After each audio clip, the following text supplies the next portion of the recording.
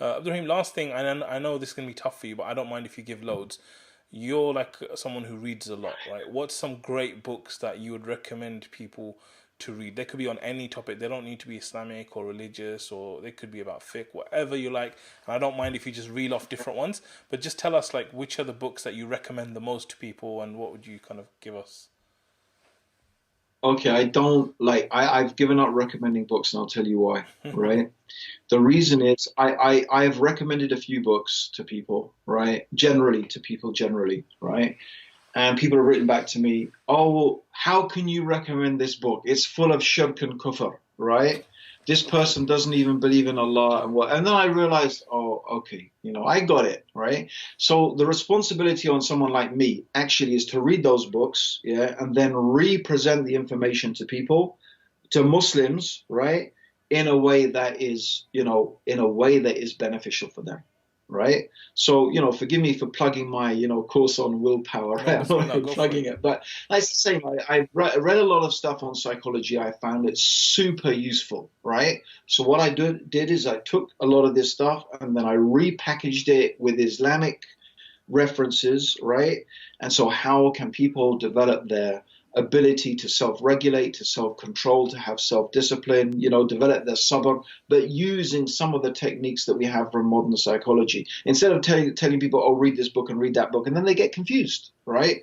So I would generally I'm very, very cautious now about recommending books in general. I like to have a whole list of them that I think are absolutely brilliant books.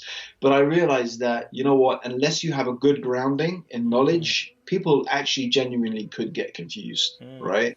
So how do we get onto this So this like I willpower might course you recommend something mentioned? to you, Arshad, but uh, How do we get onto this willpower course that you? yeah, it's cool. I don't know. It's being I think what it's going to be it's a cool, it was called the seven pillars of willpower, but I think they've given it, the brothers gave it a new name now, and the emails are going out at the moment. So but just look at it, for it's the only course I do, an online course. I'll put it It in the might be notes for called, I the can't remember. episode.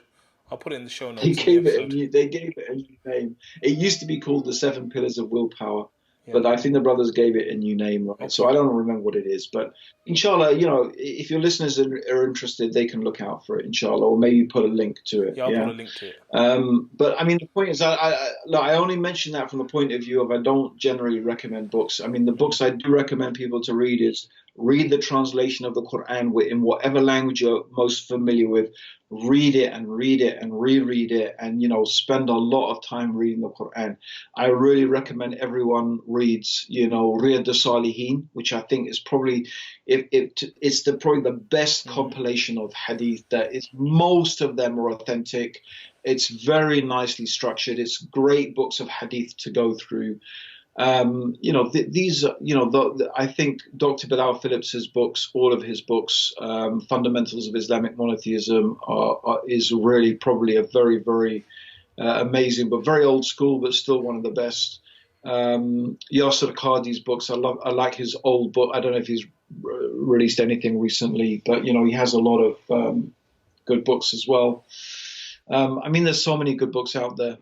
Purification of the Soul by Ahmed Farid. That's a really nice. I don't even know if it's still around. I mean, these are some of the books that I really, really benefited. Inner mm. Dimensions of Worship by Imam Ghazali.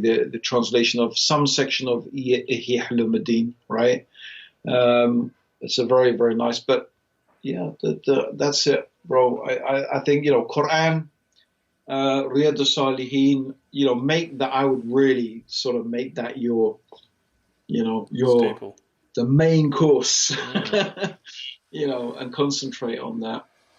amazing. And then otherwise, I could only recommend things to people individually when I sort of know them a bit better. Sure. Okay, wonderful. Abdurrahim, it's been an absolute pleasure to have you here today, bro. Jazakallah khair for all your time and your wonderful advice. Barakallahu Um, fiik. I know everyone watching will love what you had to share. I'm sure that you've played your part in them being better leaders. Jazakallah khair once again. Brothers and sisters, this is the Muslim CEO show. I hope you enjoyed it. It was really amazing for me to spend more time with my Sheikh. And please remember to subscribe to our channel. Check out the free training at muslimceo.com. Until next time, Jazakallah khair for watching. Assalamu alaikum wa rahmatullah.